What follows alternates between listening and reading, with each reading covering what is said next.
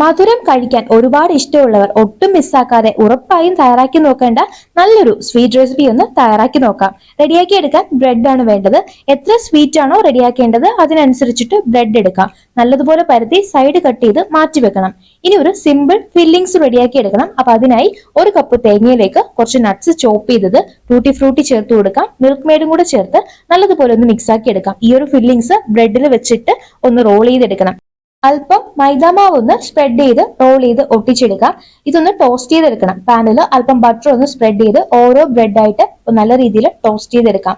വേറൊരു പാനിൽ 2 table spoon പഞ്ചസാര, അല്പം വെള്ളം ചേർത്ത് നല്ലതുപോലെ തിളപ്പിച്ച് ഒരു തിക്ക് ആയിട്ടുള്ള ഷുഗർ സിറപ്പ് റെഡിയാക്കി എടുക്കണം. ടോസ്റ്റ് ചെയ്ത് വെച്ചിട്ടുള്ള ബ്രെഡ് റോള് ഷുഗർ സിറപ്പിൽ നല്ലതുപോലെ കോട്ട് ചെയ്തെടുക്കാം. പിന്നെ വേണമെങ്കിൽ നമുക്ക് കുറച്ച് മിൽക്ക് മെയ്ഡോ അല്ലെങ്കിൽ ചോക്ലേറ്റ് സിറപ്പ് വെച്ച് ചെറിയൊരു ടോപ്പിംഗ് കൂടെ കൊടുക്കാം. ബ്രെഡ് കൊണ്ട് പെട്ടെന്ന് തയ്യാറാക്കി എടുക്കാൻ പറ്റുന്ന നല്ലൊരു സ്വീറ്റ് റെസിപ്പിയാണ്. അപ്പോൾ തയ്യാറാക്കി നോക്കുക.